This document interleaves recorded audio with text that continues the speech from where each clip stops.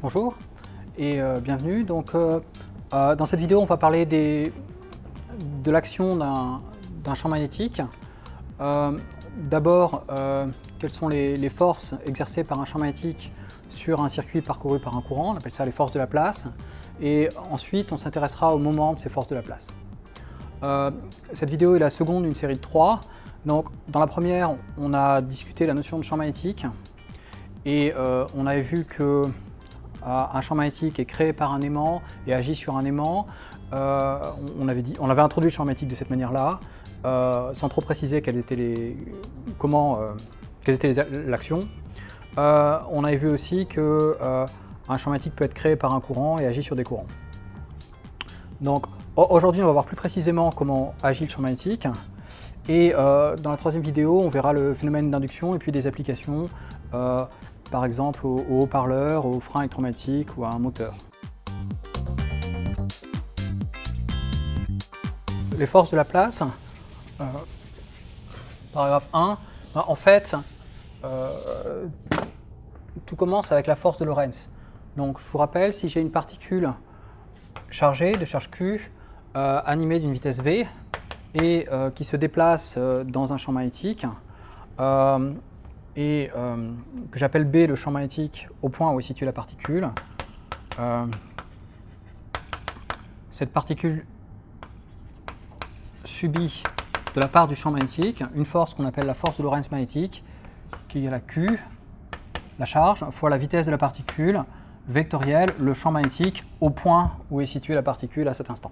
Okay, donc ça c'est la force de Lorentz. Maintenant, imaginons un conducteur. Donc, j'ai un fil de cuivre parcouru par un courant. Donc, j'ai des électrons qui vont se déplacer dans ce sens-là, mettons. OK. Et si les électrons se déplacent dans ce sens-là, j'ai une intensité I qui parcourt mon fil dans l'autre sens. Et j'imagine que tout ceci se passe en présence d'un champ magnétique. Ok, uniforme ou pas, mais il y a un champ magnétique là qui règne dans tout l'espace.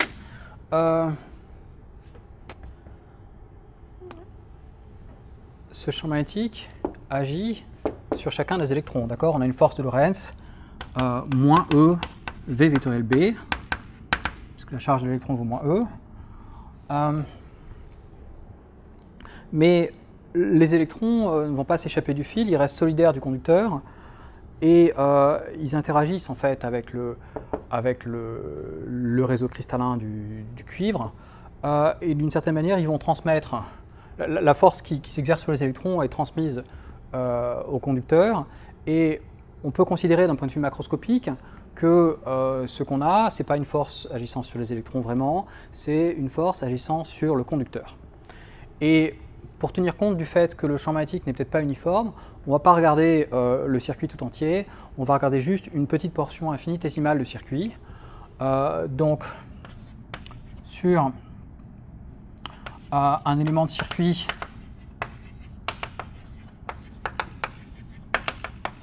dl, donc la norme de dl c'est une petite longueur infiniment petite, et puis mon circuit est orienté, donc du coup je vais représenter ça plutôt par un vecteur dl.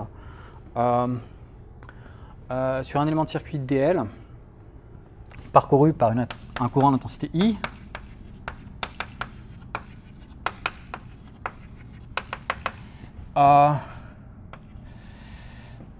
le champ magnétique B, présent en ce point, d'accord, le champ B exerce une force qu'on appelle force de Laplace, infinitésimale ici.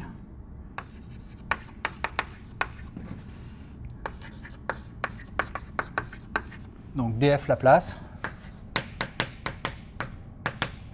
elle est égale à IDL vectoriel B. Donc je ne détaille pas le calcul, comment on passe de QV vectoriel B à IDL vectoriel B, c'est un bon exercice. Juste ce qu'on peut faire remarquer, c'est que l'expression ici IDL vectoriel B est bien homogène à une force. En effet, la charge Q, c'est une intensité fois un temps. Pensez à I égale dQ sur dt. Donc là, j'ai une intensité fois un temps. mais un temps fois une vitesse, c'est une longueur. Et donc QV est homogène à IDL, mais QV vectoriel B, on sait que c'est une force, et donc IDL vectoriel B, c'est bien une force aussi. Ok?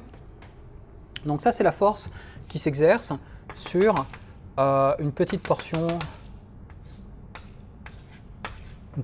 de circuit repérée par le vecteur DL. D'accord? En pointillé, vous imaginez le reste du circuit, et là, je m'intéresse juste à la force que le champ magnétique exerce sur cette petite portion infiniment petite. Ok. En général, quand on calcule l'action des forces de Laplace sur un circuit, on peut souvent, par exemple, on a un circuit rectangulaire, et donc ce qu'il va falloir faire, c'est, mettons, je l'appelle MNPQ, mon circuit, et le plus souvent, df Laplace, elle va être constante de M à N, constante de N à P, etc. Mais ça peut être des constantes différentes pour les différents côtés. Et donc vous allez calculer la force Fmn en intégrant df Laplace de M jusqu'à N, etc. Ok? Donc ça, c'est la force de Laplace qui s'exerce sur tout le tronçon Mn, où j'imagine que mon circuit est parcouru par un courant d'intensité I comme ça.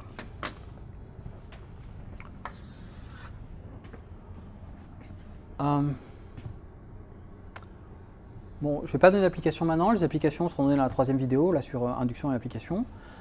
Avant de passer au moment des forces, oui, ici, bien sûr, c'est un DF, c'est une force, un DF Laplace. Deux petites précisions quand même là-dessus. Donc, d'une part, il y a une source d'erreur très fréquente que j'aimerais signaler. Quand on fait ce calcul-là de force de Laplace, il ne faut pas se laisser tromper par le dessin sur ce que signifie le vecteur dl. Il faut considérer que, par définition, dl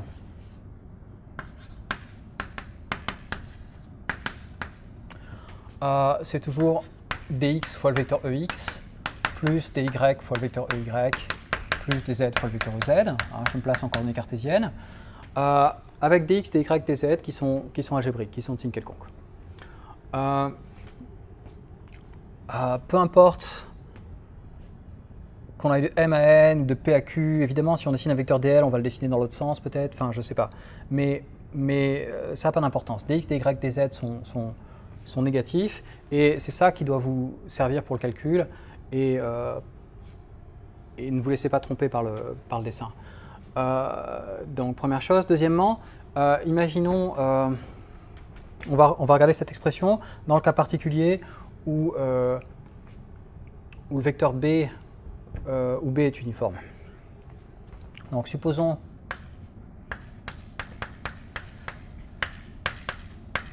B uniforme.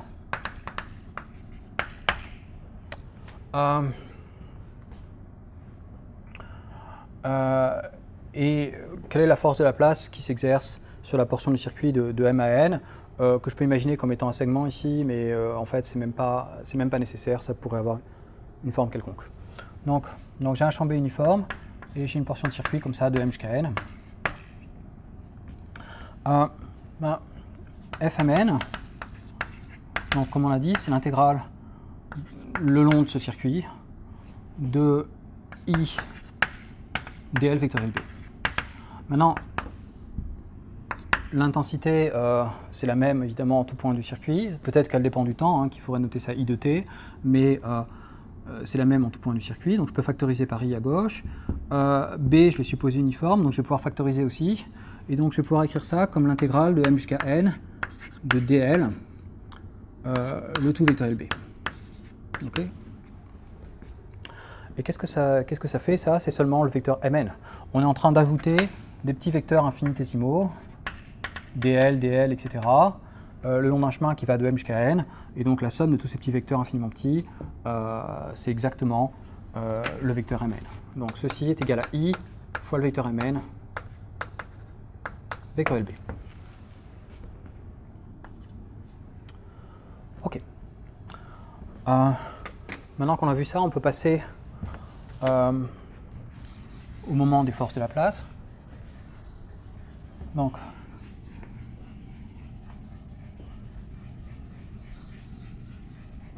paragraphe 2.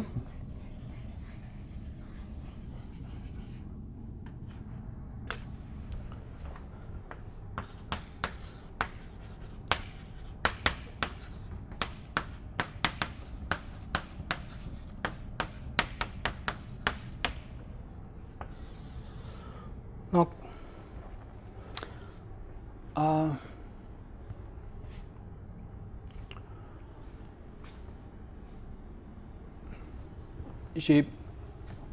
en quel point s'appliquent les forces de la place? En fait, j'ai plusieurs forces, d'accord? En chaque point du circuit s'applique une petite force de la place infinitésimale. Donc, pour calculer le moment des forces, il ne s'agit pas de calculer la force totale et ensuite de calculer le moment de la force totale par rapport à un point, mais il faut vraiment prendre en compte le fait que ces différentes forces de la place infinitésimale ont différents points d'application. Okay, si j'ai mon circuit ici, j'ai une force de la place df Laplace que je ne dessine pas mais qui va être en ce point-là. J'aurai une autre force de la place df Laplace ici, etc. Partout j'en ai une. Et puis je calcule les moments de chacune de ces forces infinitésimales. Donc j'ai des moments infinitésimaux et je les somme pour avoir le moment total qui s'exerce sur le circuit. Donc comment ça va s'écrire? Mettons je choisis une origine O et on va regarder le moment par rapport à O des forces de la place.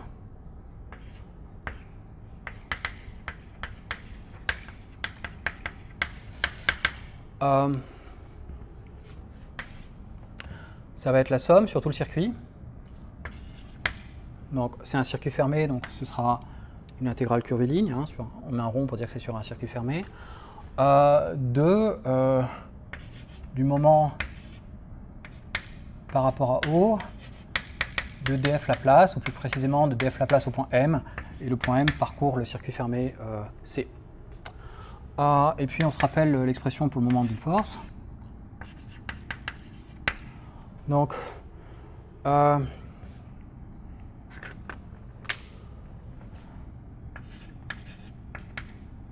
si j'appelle, donc M est le point d'application de cette force, et le moment de la force par rapport à O, c'est OM vectoriel, la force qui s'exerce en M, donc vectoriel df Laplace en M.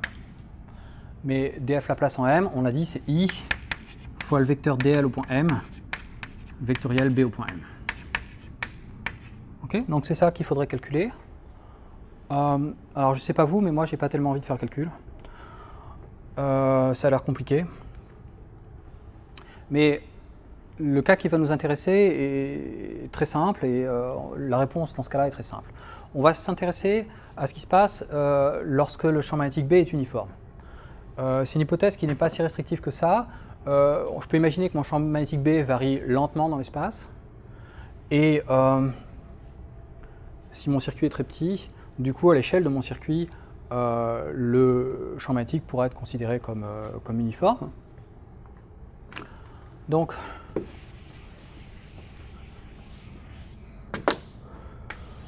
à partir de maintenant, je vais supposer que B est uniforme.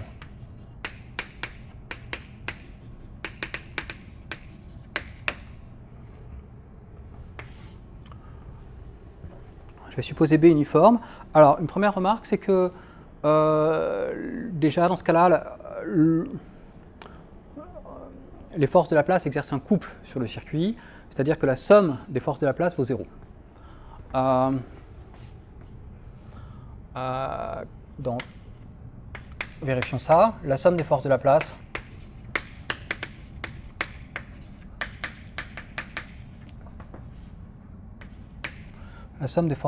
vaut alors, c'est la somme sur tous les points du circuit de la force de la place infinitésimale en ce point. Ok? Mais cette force de la place infinitésimale, elle est égale à IDL vectoriel B. Donc IDL au point M, vectoriel B au point M, mais on a dit B est uniforme, donc il ne dépend pas du point M. I est une constante, et exactement comme tout à l'heure, on va pouvoir factoriser par I et par B.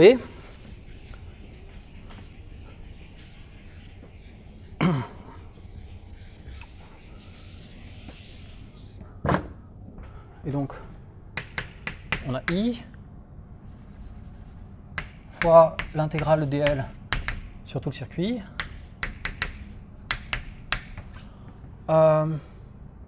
Produit vectoriel avec ce champ uniforme B.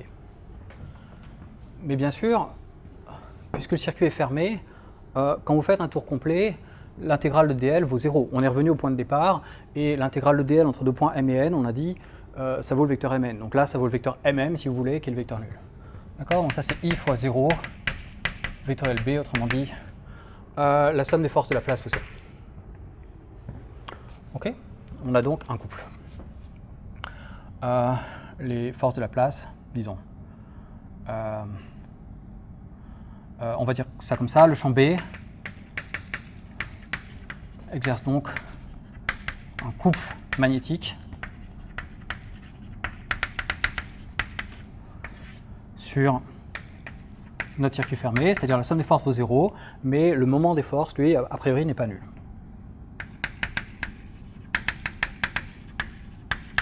Ok. Et en travaillant un petit peu cette expression, on peut calculer le moment de ce couple, dans le cas où B est uniforme. Et donc, on va admettre le résultat.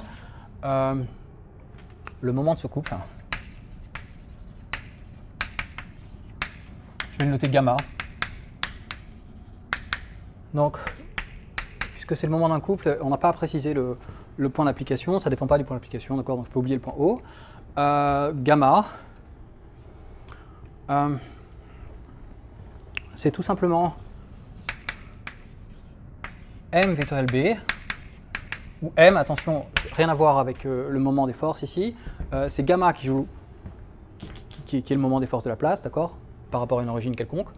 Le m qui est ici, c'est ce qu'on a vu dans la vidéo précédente, c'est le vecteur moment magnétique, donc pensez une sorte d'aimantation, c'est le vecteur moment magnétique associé à notre circuit fermé. Donc où m égale i fois le vecteur surface, on suppose que le circuit fermé est plan pour cette année, c'est i fois le vecteur surface. Et dans le cas d'un circuit plan, on avait dit le vecteur surface c'est s fois n, où n est un vecteur normal au plan, et l'orientation de n est compatible avec celle choisie pour le circuit. Donc où m égale is et le vecteur aimantation.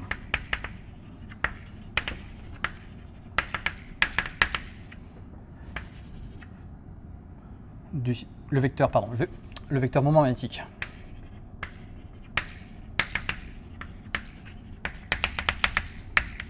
Du circuit fermé.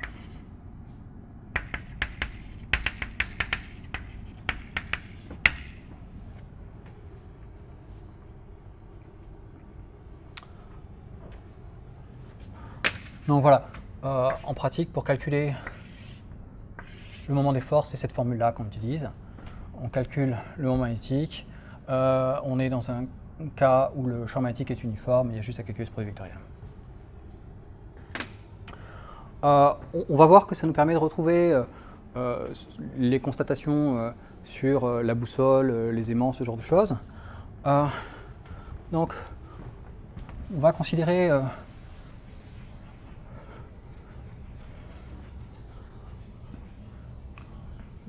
un aimant.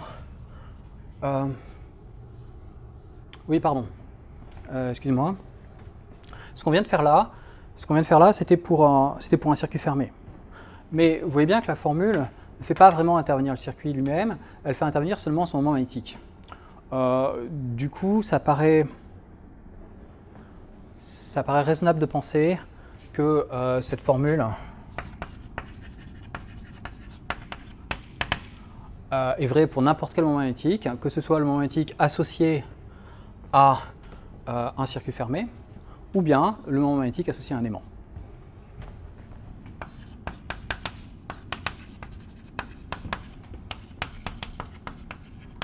Cette formule est vraie quel que soit le moment magnétique,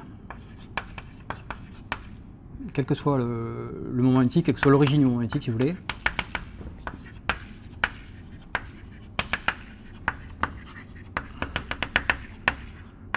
Et donc en particulier, elle permet de calculer le couple magnétique exercé par un champ magnétique sur un aimant, en supposant bien sûr le champ magnétique uniforme à l'échelle de l'aimant.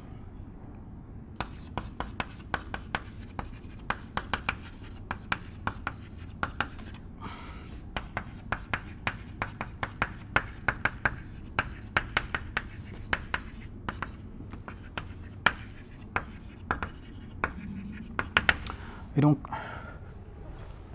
qu'est-ce qui se passe? Donc, j'ai des lignes de champ magnétique. Bon, vous voyez qu'elles sont presque parallèles. Le champ est quasiment uniforme dans cette région-ci. Et puis, on va placer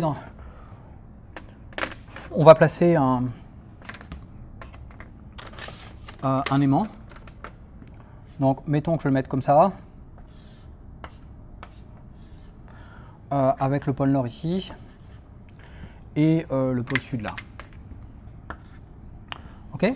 Et mon champ magnétique, lui, donc vous avez vu comment sont orientées les lignes de champ. Donc le vecteur champ magnétique, il est comme ça. Ok. Et le vecteur aimantation, il va du sud vers le nord. Donc il sera comme ça. Okay, les deux vecteurs sont dans le plan du tableau. Et on va faire leur produit vectoriel pour savoir ce qui arrive à l'aimant dans cette situation. Donc M vectoriel B, je vais trouver sa direction et son sens. Donc je place la main droite alignée avec M, je plie pour aller chercher B, et le pouce me donne la direction du produit vectoriel. Autrement dit, gamma, ici, gamma pointe dans le tableau. Okay. M vectoriel B, gamma pointe dans le tableau. Et quel est l'effet de ce champ magnétique, quel est l'effet de ce moment des forces? C'est de faire tourner, il va faire tourner l'aimant, et il le fait tourner dans quel sens? On met le pouce selon gamma, et on enroule la main, ça vous dit comment tourne l'aimant. Donc l'aimant va tourner, son pôle nord va aller chercher la flèche de B en fait. D'accord, l'aimant va tourner comme ça. Et bien sûr, on aurait pu faire le calcul avec l'aimant dans cette situation-ci. On aurait trouvé qu'il tourne comme ça aussi. Et donc, ce qui va se passer, c'est que l'effet du champ magnétique, c'est de nous faire tendre vers cette situation-là, avec le pôle nord ici et le pôle sud là. D'accord, le champ magnétique force l'aimant à se réorienter pour s'aligner avec la ligne de champ et avec le pôle nord du côté de la flèche, si vous voulez, du vecteur B, et le pôle sud du côté de la queue. Ok. Donc on retrouve ce qu'on avait dit sur le comportement de la limaille de fer en présence d'un champ magnétique.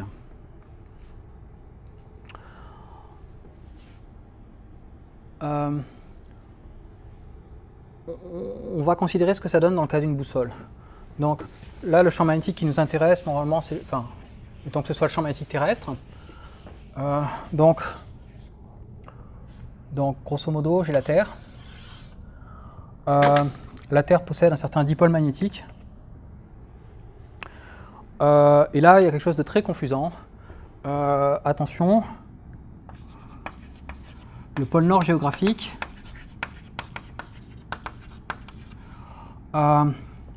donc vous avez peut-être appris à l'école primaire ou quelque chose comme ça que le pôle nord géographique correspond presque au pôle nord magnétique. En fait, c'est faux, c'est que ça correspond presque au pôle sud magnétique. Donc le pôle nord des géographes, c'est le pôle sud des physiciens. Et le pôle sud géographique, actuellement, ça n'a pas toujours été le cas, il y a eu des inversions du champ magnétique terrestre, mais le pôle sud géographique, actuellement, il correspond presque au pôle nord magnétique. Et donc, si je dessine la Terre comme on fait d'habitude avec le pôle nord géographique en haut et le pôle sud géographique en bas, eh bien, en fait, du point de vue du champ magnétique, le pôle nord terrestre, le pôle nord est ici, le pôle sud est là. Ok ? Et là, j'ai une sorte d'aimant, si vous voulez. J'ai une sorte d'aimant, ou encore j'ai un moment magnétique qui va être dirigé comme ça. puisque le moment magnétique est dirigé comme ça, si je regarde les lignes de champ, bon, bah, je vais avoir des lignes de champ qui vont être, mettons comme ça, etc.